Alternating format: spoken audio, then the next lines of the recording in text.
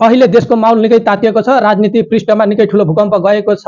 किनभने नेपाल सरकारले एमाले अध्यक्ष केपी शर्मा ओलीलाई आज बिहान पक्राउ गरेदेखि एमालेका कार्यकर्ताहरू र नेताहरूले आज देशका विभिन्न ठुल्ठुला सहरहरूमा विरोध प्रदर्शन गरेका छन् र उनीहरूले भनेका छन् बालेन सरकारले राजनीति प्रतिशोध गरेर हाम्रो अध्यक्ष केपी शर्मा ओलीलाई पक्राउ गर्यो र यो कानुन विपरीत छ र राजनीति प्रतिशोध गर्यो यो सरकारले भनेर आज एमालेका कार्यकर्ता र नेताहरूले आज 77 वटै जिल्लाका विभिन्न ठुल्ठुला सहरहरूमा विरोध प्रदर्शन गरेका छन्। उनीहरूले भनेका छन् हाम्रो अध्यक्षलाई बिना सत रिहा गर्नुको निम्ति हामी माग गर्छौं, त्यसो सरकारले नगरे हामी कडा तरिकाले आन्दोलनमा उत्रिनेछौं र देशभरि आन्दोलन चर्काउनेछौं र देशभरि आगो बाल्नेछौं भनेर एमाले कार्यकर्ताहरूले आज सरकारलाई कडा चेतावनी दिएका छन्। र यता सरकार पक्षले भने जाँचबुझ आयोगको प्रतिवेदन अनुसार दोषी ठहर भएका व्यक्तिलाई हामीले पक्राउ गरेका हौं र हामी यो राजनीतिक प्रतिशोध होइन, हाम्रो यो न्यायको सुरुवात हो भनेर सरकार पक्षबाट पनि यो भनिएको छ। र वर्तमान गृहमन्त्री सुदन गुरुङले पनि भनिसकेका छन् यो राजनीतिक प्रतिशोध होइन, यो न्यायको सुरुवात हो।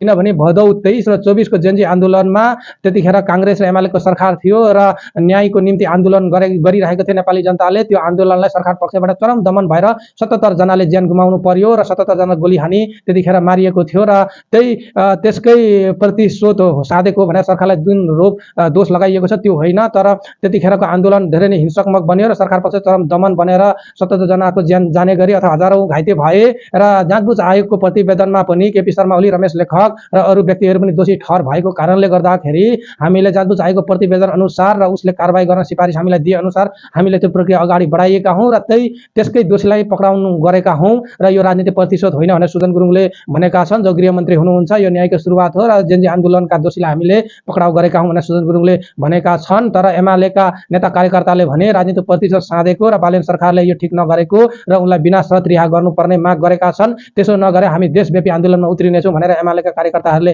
भनेका छन्। र आज पनि काठमाडौँको विभिन्न गल्लीहरूमा, विभिन्न सडकहरूमा, माइतीघर मण्डला, सिंहदरबार अगाडि आज एमाले कार्यकर्ताहरूले तोडफोड र नारा जुलुस गरेका छन् र 7 जना तोडफोड गर्नेलाई प्रहरीले पक्राउ गरेको छ।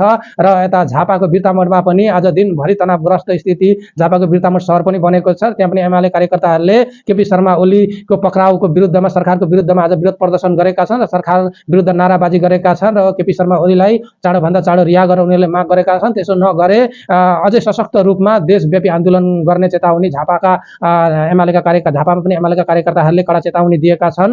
र झापामा पनि आज साँझसम्म पनि एमाले कार्यकर्ताहरूले राके जुलुस निकालेका छन्, दमकमा पनि राके जुलुस निकालेका छन् र केपी शर्मा ओलीको समर्थनमा एमालेका कार्यकर्ताहरूले देशव्यापी रूपमा आन्दोलन गर्ने घोषणा गरेका छन्। र यता झापाका मेडिकल व्यवसायी दुर्गा प्रसाईले भने यो सरकारले हतार गरेको र हतार तरिकाले पक्राउ गरेको र पक्राउ गर्नु बेठिक होइन, तर हतार गर्नु हुँदैन थियो किनभने केपी शर्मा ओली दोषी ठहरिएका हुन्, उनलाई पक्राउ गर्नु पर्ने नै थियो भनेर दुर्गा प्रसाईले पनि भनेका थिए। तर अलिकति हतार भयो भनेर दुर्गा प्रसाईले पनि भनेका छन् र दुर्गा प्रसाईले पनि सरकारलाई साथ दिएका छन्। यता श्रम संस्कृति पार्टीका सभापति हर्क साम्पाङले पनि एमालेकै साथ दिएर बोलेका छन्। केपी शर्मा ओलीलाई पक्राउ गर्नु भनेको राजनीतिक प्रतिशोध हो भनेर भनेका छन्। उनले पनि जेनजी आन्दोलनमा सरकार पक्षले चरम दमन गरेको कुराहरू बिर्सिए जस्तो देखिएको छ। हर्क साम्पाङ पनि जनताको पक्षमा नबोली ओलीकै पक्षमा बोलेका छन्। र यता एमाले कार्यकर्ताहरूले चाँडोभन्दा चाँडो केपी शर्मा ओलीलाई रिहा गर्नुपर्ने माग राखेका छन्। यता एमालेका नेता महेश बस्नेतले केपी शर्मा ओलीलाई बिना शर्त रिहा नगरे हामी देशमा आगो बाल्छौं र निकै ठूलो आन्दोलन गर्छौं भनेर चेतावनी दिइसकेका छन् सरकारले। तर बालेन सरकार झुक्ने स्थितिमा छ। बालेन सरकार किनभने 2/3 बहुमत पाएर बनेको सरकार हो, कसैको अगाडि नझुक्ने, कसैको अगाडि नरोकिने भनेर उसले जनाइसकेको छ। किनभने 2/3 सरकार हो, कसैले रोकेर छेकेर रोकिँदैन किनभने यो शक्तिशाली सरकार बनेको छ। नेपाली जनताले बहुमत दिएर बनाएको सरकार हो र न्यायको पक्षमा काम गर्छ र न्याय अनुसार हिँड्छ र अन्यायमा परेकोलाई न्याय दिन्छ र भ्रष्टाचारीहरूलाई पनि पक्राउ गर्छ र कसैलाई पनि खराब काम गर्नेलाई नछोड्ने भनेर बालेन सरकारले बताइसकेको अवस्था छ। र यता ठुल्ठुला भ्रष्टाचार गरेका व्यक्तिहरूको पनि अनुसन्धान अहिले नेपाल सरकारले सुरु गरिसकेको छ। र भर्खरकै ताजा समाचार अनुसार वर्तमान गृहमन्त्री सुदन गुरुङले सशस्त्र प्रहरीका प्रमुख र नेपाल प्रहरीका प्रमुखलाई बोलाएका छन् सिंहदरबारमा। अहिले सिंहदरबारमा गृहमन्त्री सुदन गुरुङ र सशस्त्र प्रहरीका प्रमुख र नेपाल प्रहरीका प्रमुख अहिले छलफल भइरहेको छ। र गिरिबन्धु टी स्टेटमा देखिएको भ्रष्टाचार र कम्बोडिया भ्रष्टाचार अथवा व्हाइट बडी भ्रष्टाचार र विभिन्न ललिता निवास भ्रष्टाचार र विभिन्न अझै पनि निकै छन् नेपालका भ्रष्टाचार, त्यो कुराहरूमा